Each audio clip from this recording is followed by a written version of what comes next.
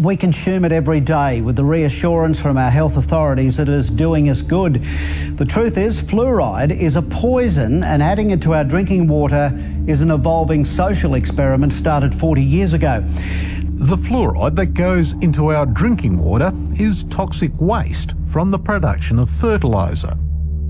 And it's this scrubbing liquor, which is about 25% strong, is put into tanker trucks, driven around the country, and added to our drinking water. This violates all the basic fundamental tenets of modern pharmacology and toxicology. This is not something we take in casually. It is the most electronegative element in the known universe. So that means fluoride should really be a verb. It's not a noun. It's always busy doing something. The trick is figuring out what it's doing. What it's doing in the water, how it's interacting with your infrastructure, and how it's doing inside your body. And then, when we're done with it, what it's doing in the environment. Good morning, Chairman Smith and Chairman Crapo and fellow staff workers. Thank you for the opportunity to appear today to present the views of the union on the issue of fluoridation of public water supplies. Our union represents the staff, scientists, lawyers, and others who analyze hazard, exposure, and economic data and advise management how to use them in public health protection. The protected pollutant status that fluoride enjoys within EPA and other federal establishments is remarkable, as the charts over here show.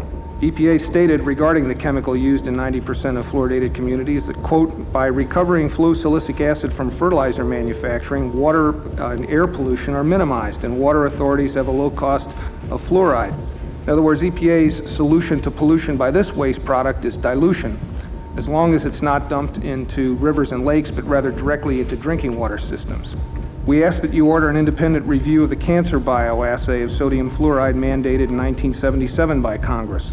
Evidence for carcinogenicity in that assay was systematically downgraded by a special executive branch commission. We ask that you order epidemiology studies using dental fluorosis as an index of exposure to determine the extent of other toxic effects, especially effects on the brain and bone in the population that are attributable to fluoride. We ask that you convene a joint congressional committee to give this issue the full airing that it deserves. It's been 23 years since the last one, and it's high time for a new one. The issue of fluoridation has largely been ignored by the government, in not terms they want to push it, but in terms of allowing the community to have a say in the matter. They simply just ignore us. And I am, and the rest of the group here, are just amazed at the level of ignorance shown on this matter. We wanted to talk to someone in SA Health about the issue. Instead, we got a written statement which didn't address our questions directly. It claims Mount Gambier children have 78% more tooth decay than those in Adelaide who drink fluoridated water, and that it's considered safe and used in other developed countries. Comparing different countries of the world, we can see that no matter what we do on fluoridation, whether the country fluoridates or no fluoride at all, decay is reduced the same amount in all countries. We can compare states in the United States. And we can see on a graph that as they're plotted in order of increased amount of fluoridation in the state, fluoridation doesn't make any difference. We have the same amount of good health in the states regardless of their fluoridation. Same thing for counties and other locations. That was disturbing to me. If there's no benefit, well, why are we fluoridating? Putting this stuff in the drinking water is, in essence, just a hazardous waste management tool. It has nothing to do with dental health whatsoever. This is a substance that simply goes from a processing plant into a tanker truck and is delivered to a water treatment plant in my community. Believing that the substance that's going in the water is somehow a pharmaceutical grade or some well-prepared, purified extract is completely false. This stuff comes filled with heavy metals. 25 years teaching students at the point I was enlightened. And my training was that fluoride was a compound simply added to the water for tooth decay prevention. I was speaking from a point of authority with the CDC information fully indoctrinated into my being, going out talking to my students, which were the treatment plant operators. I had to go back and learn more. And when I did, I found out I was wrong. My research on fluorine actually began in connection with my organic chemistry research. Fluoride will interfere with various enzymes very dramatically at different concentrations, and that's where probably a lot of the harm comes at the biochemical level. Getting into the stomach, there's enough acidity in the stomach to convert the fluoride ion into HF, hydrogen fluoride, which is very tissue irritating and penetrating, and also then causes the prevention of a lot of the absorption of necessary nutrients. The fact that it locks up in the bones, the insoluble calcium fluoroapatite, and depending on what stage and what point that's happening, it may have some adverse effects, creating brittleness in the bones. The other side of the coin is neurological effects, the effects on the central nervous system and the brain during early fetal stages, to causing a lower IQ, attention span deficits, visual acuity problems. So all of these things, a broad spectrum of effects of fluoride once it's in the body, from the standpoint of the muscular, the neurological, the skeletal, and so on. When I was in dental school, of course, I was taught how wonderful it is. Oh, it's great, it's good. It prevents cavities. You know, community water fluoridation is the cheapest, most cost-effective way of preventing tooth decay. And I just bought that because what do I know? I'm just a dental student. I expect my professors and teachers to know more than I do. And so I just accepted it. So when I started, you know, again, putting all of it together and looking at it, it was really clear that we had been misinformed. And the problem with it over fluoride is that the dentists themselves have been so indoctrinated that so oftentimes they reply or retort with some sort of dogma. Frankly, I think most of the dentists have not educated themselves on this issue thoroughly enough. I think what you tend to see is everybody getting up and they're just parroting and saying what they've been told with very little thought or examination. And so it must be good because all these other people say it's good. Well, look at the science, look at the chemistry, see if it makes sense. At one time I thought that I could bring this problem up through the system, at least get my colleagues to look at it, you know, and I got shut down. And you look at the science and it's indisputable, it's bad. And you know, it's maybe a minority position, but it's the truth. When I first came to Santa Cruz, I was definitely pro-fluoride, and I was amazed that the patients here didn't want fluoride. I could not believe that. What do you mean you don't want fluoride? It's good stuff. And so I met resistance from patients right away, which began to sort of tweak me. When I worked in Los Angeles, you know, you tell somebody you need fluoride, you need this, you need that. Okay, doctor, thank you very much. Not here. This community questions authority. And I think that's what it takes.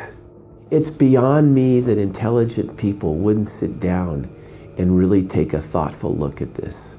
When you go and you look at the history about this, this information's been known for 60, 70 years. It's been repressed, and people, good people, have lost their jobs and their careers just by doing the right thing. This fluoride controversy has been going on from the get-go. And people were voicing the same concerns 50 years ago that they're bringing up today. This isn't new. The people who want to push this through have just gotten more clever at shoving things through on a legislative basis, and continue to provide more disinformation. Have I ever debated anybody who was pro-fluoride? No. You know why? They refuse to show up. That's how they deal with it. They don't show up. They can't debate it. You're not ever going to get anybody in the same room with David Kennedy to debate fluoride. I'll tell you that right now. He's a walking encyclopedia.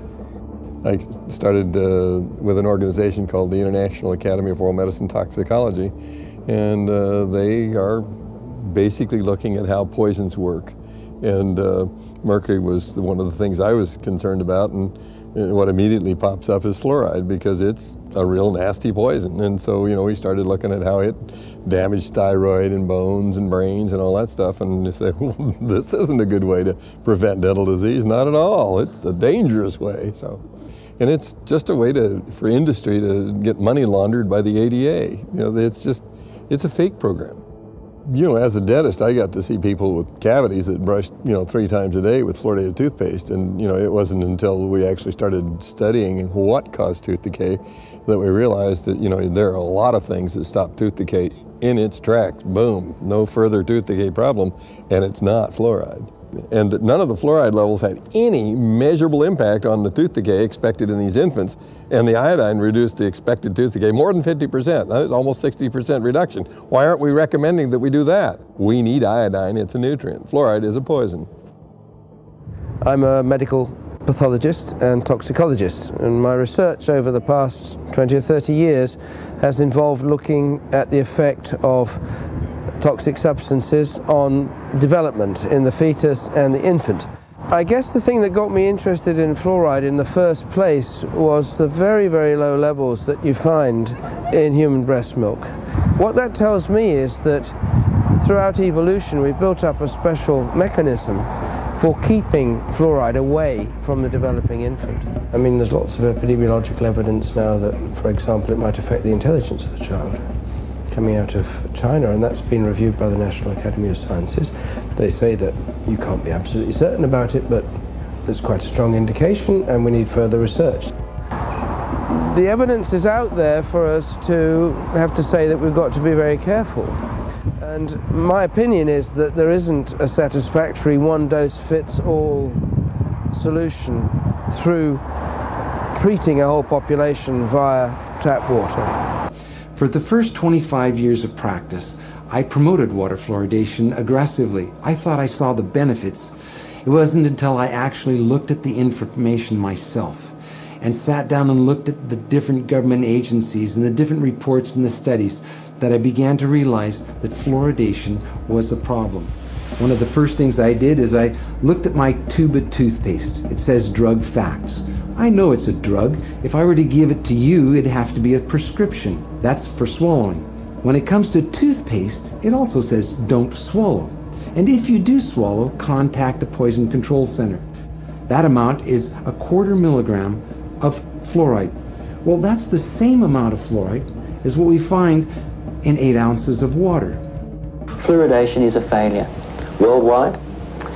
Worldwide, children under the age of 4 should not use fluoridated toothpaste because they tend to swallow too much of it, and fluoride is, after all, a poison.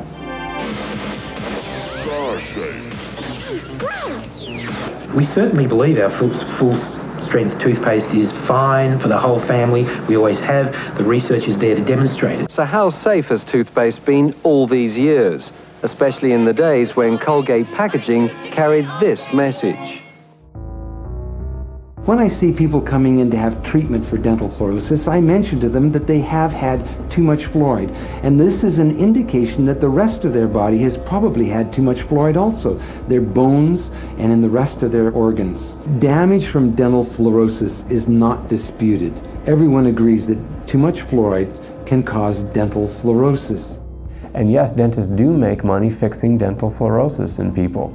And do they tell them that fluorides cause it? In many cases, and the people we talk with, no, they were not told. People are under the impression that it was their lack of oral hygiene and taking care of their teeth and things like this. My career path was just normal and straight, and graduate training in public health and emphasis in environmental health. First thing I found out is that most public health people and medical professionals don't know the basics, the fundamental issues about harm from fluorides. And that was pretty surprising for me. And I began to get some very disappointing reactions from my peers and colleagues in the public health field. And I began to see that they would jump through these contortions to continue justifying adding fluoride to drinking water. And it didn't make any sense to me because this was such an obvious situation where you can't control the dose and the chemical has effects throughout the body, so why would we be adding this to drinking water with people drinking it in unmeasured amounts? I was surprised that the public health community and the medical community was resisting this. So what I found out really is that people are not dealing with this in an intellectually honest manner and in a scientific manner. Politics, emotion, money, other things like this get involved.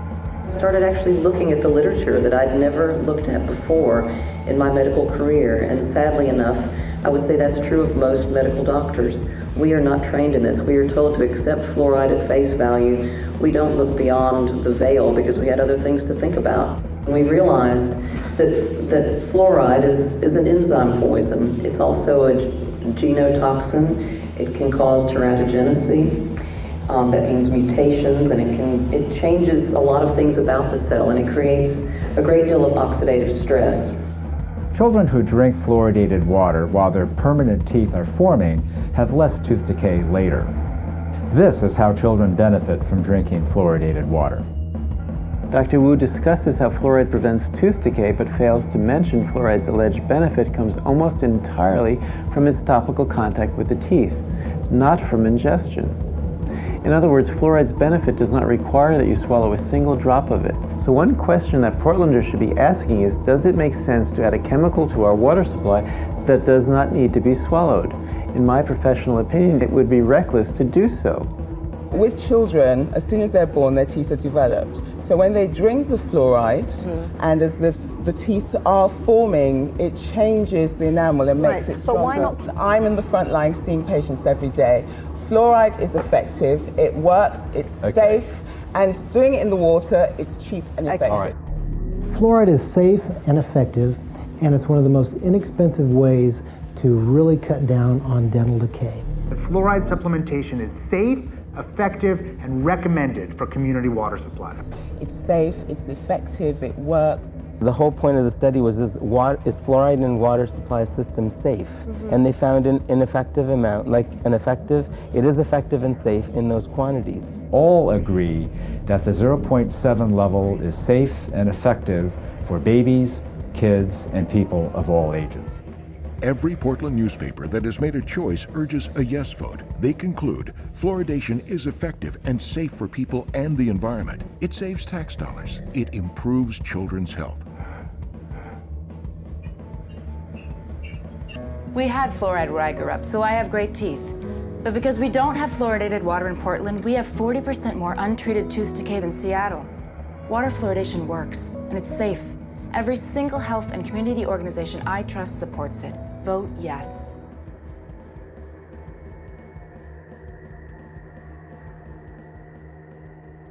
You know, before my water was fluoridated, something was missing.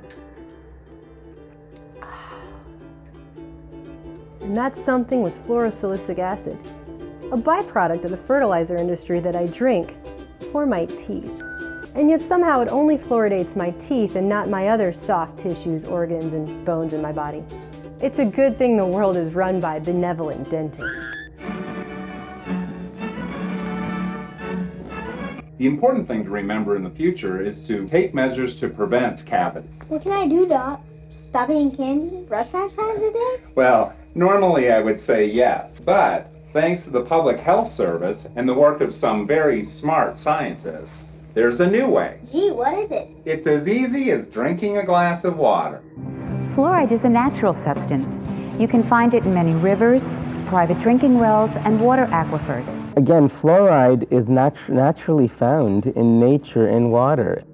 The level of fluoride that is found in the vast majority of fresh surface water, like rivers and lakes, is far lower than the level of fluoride added in fluoridation programs. In the rare circumstance where a river or a pond has the same level of fluoride that is added to tap water, studies have found that salmon and frogs suffer serious harm, including bone disease, changes in behavior, and shorter lifespan. So stop buying that bottled water and just drink the tap water.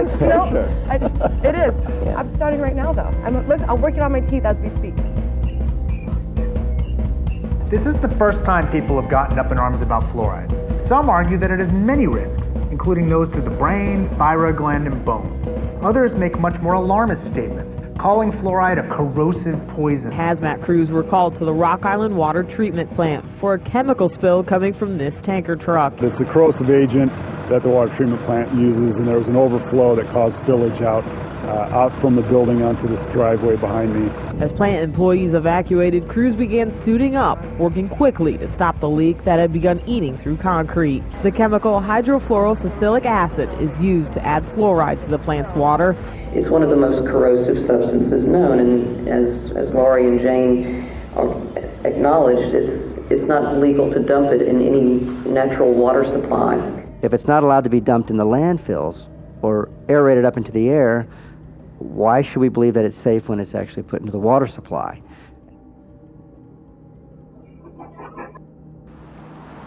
America was the first country to begin fluoridation, but the issue is now being fiercely debated there. 5 international studies have found higher rates of bone fracture in fluoridated areas. In Britain, the Medical Research Council made 4 recommendations for further studies. That was in 1993. So far, it has provided funding for just one of these.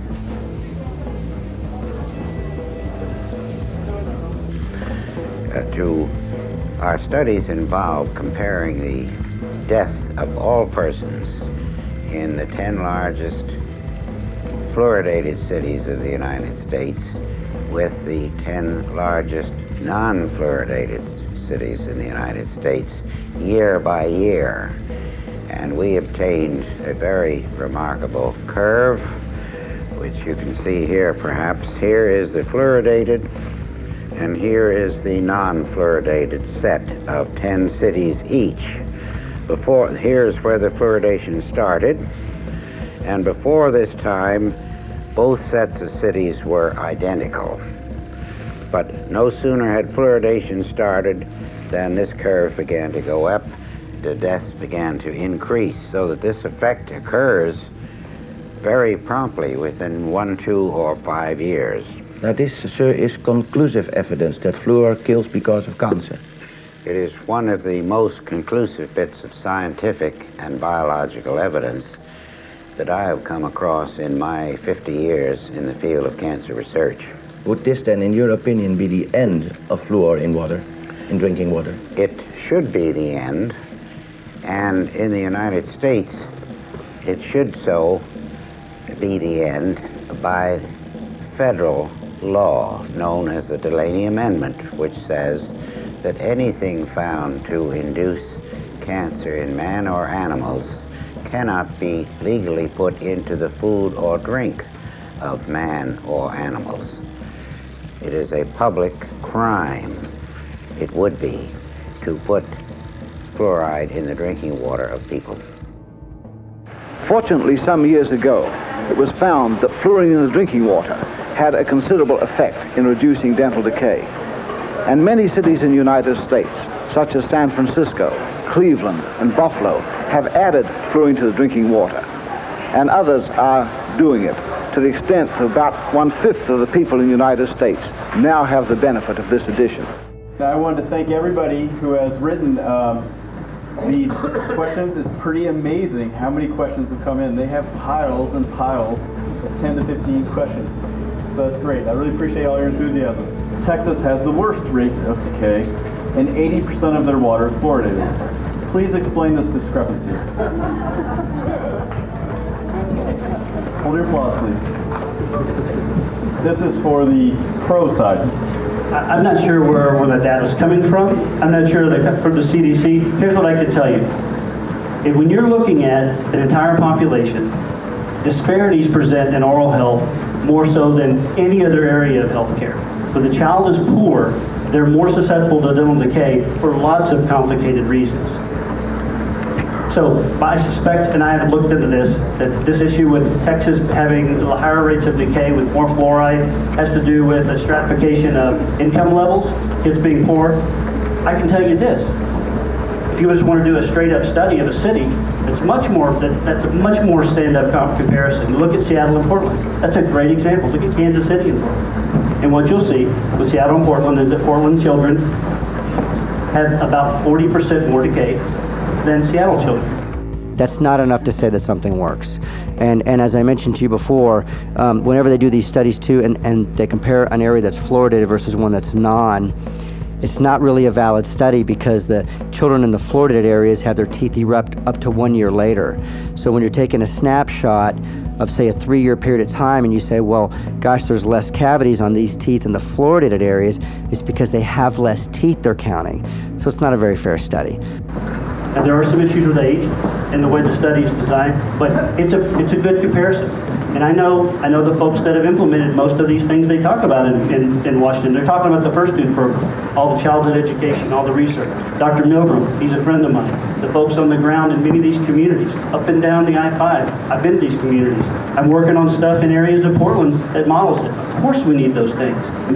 No, you shouldn't take it, because it's the cornerstone of our comprehensive policy. And they say that in solidarity with every major scientific organization that we all look to when we want sound scientific review, including the National Academy of Sciences. In 2006, a report by the National Academy of Sciences identified fluoride as a potent hormone disruptor that can affect your thyroid and potentially lower the IQ of children. There have been absolutely no randomized trials of this drug for this treatment. Nothing to look at safety. There's really nothing, there's no truly randomized clinical trial, a double-blind study that shows that it works, and there's never one to show that it's safe. And there's never been a follow-up one. So to me, I think that's already, but then when you start to go a little further and look into the science that's done by toxicologists worldwide, you're going to find nothing but negative on this stuff. I mean, it can cause a lot of systemic effects, as we mentioned earlier.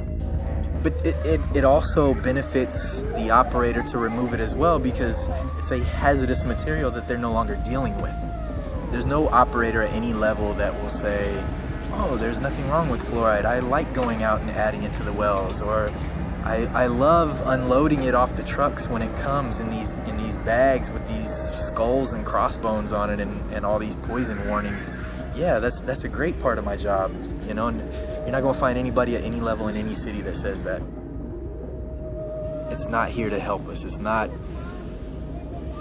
benefiting us, and we have to be willing to do whatever it takes to get it out, man. We can't give up. But just know in your hearts when you go home today that you were part of approving this contract to bring this to our city, to our water supply.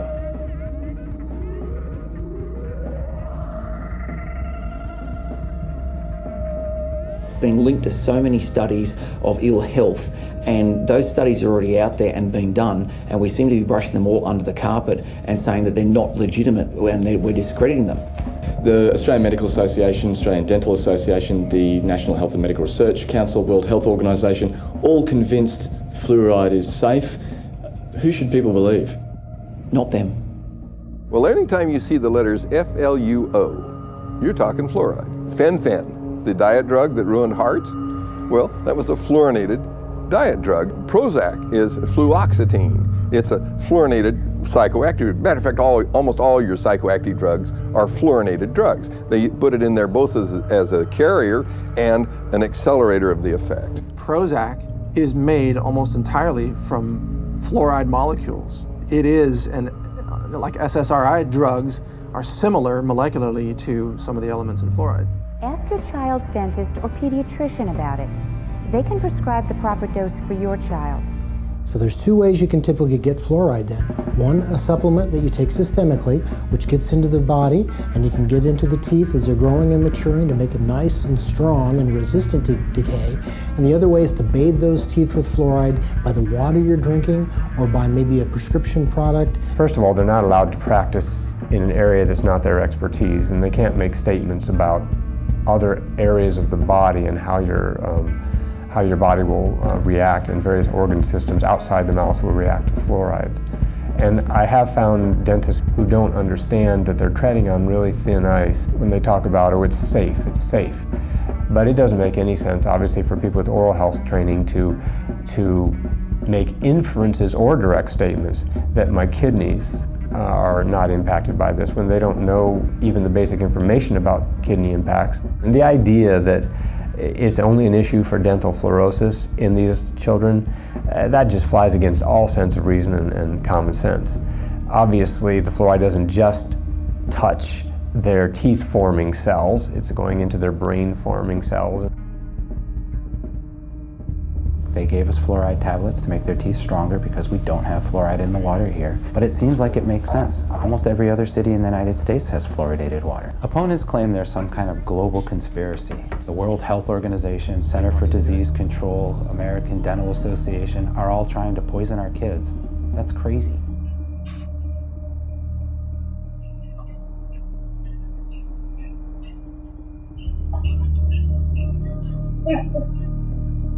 Our right to choose is being violated. No one's asking us if we want this stuff in our water. They're just dumping it in. And the last time, I checked, when it comes to medicine, you cannot forcibly medicate me. That has to be something I decide. People who hear about this are totally surprised because they've been raised to believe that fluoride, period, is good for you. And once this hits the fan, I think people are going to be totally demoralized. And I think that's the concern that the EPA, the CDC, and the ADA have, that all of these people who have been trusting them for so many years are just going to just give up with all the trust and regulate the crap out of all of the regulators. And it's sad because that's where we are nationwide. We're regulating the regulators now. That's how bad it's gotten. And we're in a situation now where we've got certain individual groups who are wishing to force their will on others. And I think it surprises me in Sonoma County, as much as we cherish liberty and freedom of choice and opportunity and not oppression, that we have an element moving in here that's somewhat compelled by legislature to force this on us. And I think we need to be careful and not let foolish mistakes of previous administrations in this state force something upon our county that, quite frankly, is very questionable.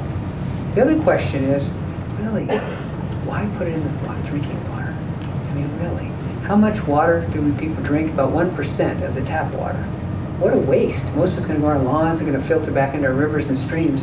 Wouldn't it be better if it is so good, and there seems to be evidence that topical application in toothpaste and mouthwashes, wouldn't that be more appropriate and more cost effective in our environment and in our pocketbooks? You've seen the footage. It's in the city, it's about 1.5 million a year. They finally got rid of it in Dallas. Are you ready for this? They got rid of it because they found that they could save $1 million a year on this industrial chemical just by pulling it out of the water supply. And there's no longer sufficient evidence demonstrating that it ought to be there in the first place. But we're allowing big corporations to dump their toxic waste that would cost them a fortune if they had to dump it as toxic waste into our drinking water, and we pay them to do that. Fluoride also attracts calcium that is present in our saliva. That helps keep our teeth strong too. It also causes calcification of the pineal gland. The pineal gland, a master gland, the proverbial third eye. This is bad stuff. Fluoride induces severe neurodegenerative changes. They said, our study thus demonstrates that a daily single dose of 120 parts per million fluoride will result in highly significant increases in the peroxidation activity, or brain rancidity, brain rot. In Alzheimer's, you've got mercury, you've got lead, you've got aluminum, probably aluminum before the lead, and fluoride. Those are chemicals that constantly show up in those neurofibrillary tangles. Do we want to be putting this stuff into our nervous system? No matter what you think about fluoride, the real issue here is having a choice. No chemical, no matter what its alleged benefits are, should be forced upon the public without their consent. But let's not forget, as long as corporations are involved, our best interest isn't really the priority. So maybe we should be looking at water fluoridation as a money-making scam. It's a tale that's all too familiar. Governments and industry colluding to save money instead of saving lives.